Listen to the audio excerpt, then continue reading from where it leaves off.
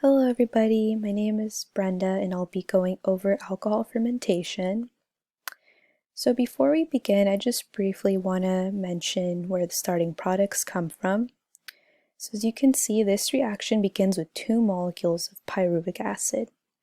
Now those are some of the final products made in glycolysis. So back to alcohol fermentation, we see that the 2 molecules of pyruvic acid become 2 molecules of acetaldehyde.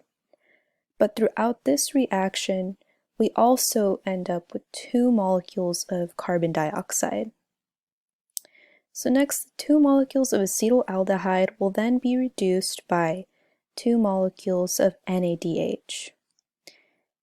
And in that process, the 2 molecules of NADH become NADH+.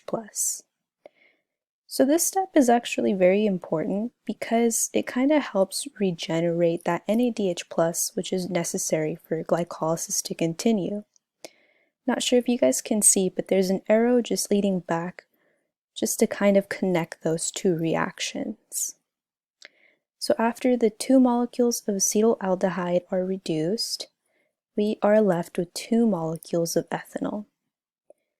So this reaction is generally carried out by yeast and will give us final products of ethanol and carbon dioxide.